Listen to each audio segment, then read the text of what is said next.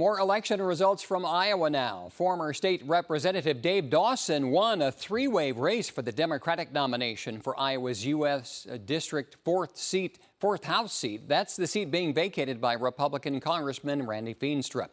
Dawson celebrated his primary win at Jackson Street Brewing in Sioux City last night. Dawson served as an Iowa state representative from 2013 to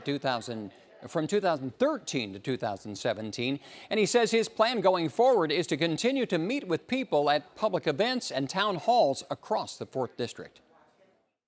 I hope to have 36 town halls once again. I've already had 36 town halls in all 36 counties in the 4th Congressional District, and I want to make sure that I get out there again and meet with Democrats, Independents, and Republicans, because I think I'm the strongest candidate who will work hardest on behalf of the people of the 4th Congressional District to give results. Dawson will face Siouxland Chamber of Commerce President Chris McGowan on the November ballot. McGowan ran unopposed for the Republican nomination. It'll be Ashley Hinson against Josh Turek in the U.S. Senate race in Iowa in November. Hinson, a three-term congresswoman, defeated former state lawmaker Jim Carlin of Sioux City for the Republican nomination.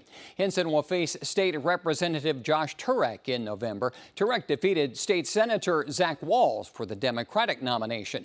The winner in November will take the U.S. Senate seat currently held by the retiring Republican Joni